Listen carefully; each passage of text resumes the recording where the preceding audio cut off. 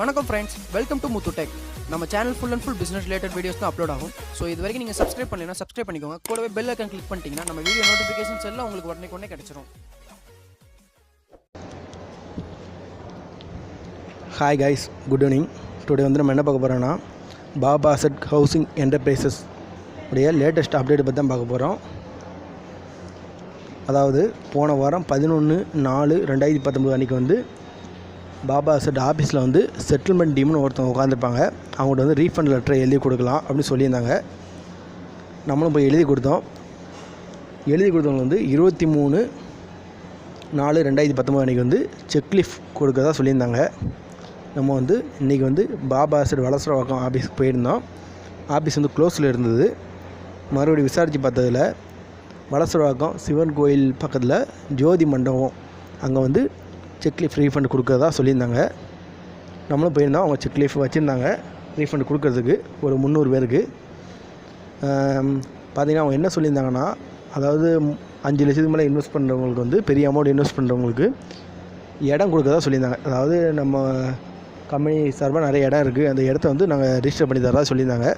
அதுக்கு வந்து யாருமே சம்மதிக்கலை. அதே மாதிரி 10,000 ஐடி போட்டவங்களை வந்து பொருளாக கொடுக்கறதா சொல்லியிருந்தாங்க. அதுக்கும் யாரும் சம்மதிக்கலை. அதனால் ஒரே பிரச்சனையாக இருந்தது. கடைசியில் எதுக்குமே யாரும் ஒத்து வரல. அதனால் கடைசியில் அவங்க என்ன சொன்னாங்கன்னா, ரிவர்ஸ் ஆர்டர்லேருந்து, அதாவது பிப்ரவரியில் இருந்து லாஸ்ட்லேருந்து ஜாயின் பண்ணவங்களுக்கு ஒரு நாளைக்கு 100 பேர் வீதம் நாங்கள் வந்து ரீஃபண்டில் கொடுக்கோம், அவங்க அக்கௌண்ட்டுக்கு கிரியேட் பண்ணி விட்டுருந்தோம் அப்படின்னு சொல்லியிருந்தாங்க. அதுக்கும் அவங்க யாருமே வந்து சம்மதம் சொல்லலை. அதாவது ஒரு நாளைக்கு, அதாவது அவங்க என்ன சொன்னாங்கன்னா, 40,000 கஸ்டமர் இருக்காங்க, எல்லாத்துக்கும் ரீஃபண்ட் பண்ணணும் வைக்கணும் அப்படிங்கும்போது ஒரு நாளைக்கு 100 பேர்னால் ரொம்ப நாளாகும் வைக்கின்னு சொல்லி எல்லோரும் சண்டை போட்டாங்க. இப்போ வந்து அவங்க என்ன சொல்லியிருக்காங்கன்னா, ஒரு நாளைக்கு 100 பேர் தான் நாங்கள் வந்து கண்டிப்பாக ரீஃபண்ட் பண்ணிடுவோம் அப்படின்னு சொல்லியிருக்காங்க. அது மட்டும் சொன்னது இல்லாமல் அந்த ரீஃபண்டு பண்ணுறவங்க நம்பரையும் அவங்க பேரையும் கொடுத்துருக்காங்க. அதை தான் நம்ம பார்க்க போகிறோம்.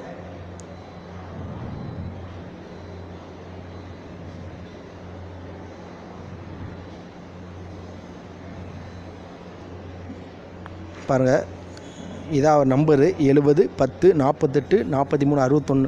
இதான் அவர் நம்பரு. இவர் நேம் வந்து நிரஞ்சன். அதுவும் இல்லாமல் இன்றைக்கி அங்கே போனப்போ எடுத்த வீடியோவும் இருக்குது.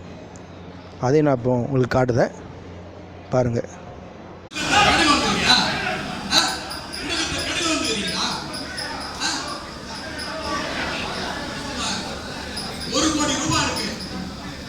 எழுதி பேர் இருக்கு, கொடுக்க வேணான்ட்டீங்க. 300 பேருக்கு கீழே கொடுங்கன்றீங்க. அதுக்கும் ஒத்துனாச்சு. அவனை வேலை செய்ய விடுப்பா. உன் சகோதரன் கூலிக்காரன் ஓனர் வந்து தட்டி போட்டு கம்ப்ளைண்ட் போடு, ஜெயில அனுப்ப. அவனை வந்து பிடிச்சிங்கன்னா கேட்டு அவன் என்ன பண்ணுவாங்க சொல்ல. அவனே கேட்குறீங்க, ஓனர் கேளுங்க.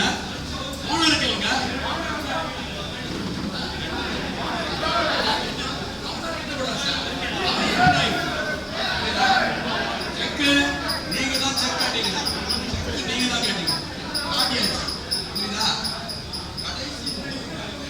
அவன் நாளைக்கு போடுறேன்றான். அவனை வேலை செய்யணும், டெய்லி அவனை வேலை செய்யணும்ல. நீ போடலையா என்ன பண்ணலாம் முடிவு பண்ணி நீங்களே ஒரு முடிவு எடுக்கணும். உங்க முடிவு வந்து உங்களுக்கு தான் விடுறோம், நாங்க எந்த முடிவும் எடுக்கல. புரியுதா?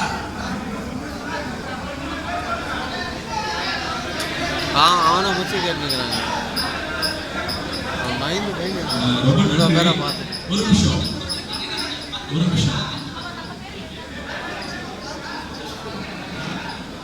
நீங்க செக் தான் கொடுக்குறீங்க. அது நாளைக்கு கொடுக்கணும், இன்னைக்கே கொடுக்கலாம் இல்லையா? காலையில பாருங்க, யாரும் போய் பேசாத. காலையில செக்ன்றதுக்கு யாரும் வாங்காதீங்க. சரி, 200 காலையில நம்மள ஒருத்தர் தான் வந்து செக் வேணாம், இன்னைக்கு ட்ரான்ஸ்ஃபர் பண்ணுங்க. இன்னைக்கு ட்ரான்ஸ்ஃபர் பண்ணது நம்மளே தான் சொன்னோம். நமக்கு என்ன வேணுமோ நம்ம என்ன கேட்கறோமோ அதை செய்வாங்க.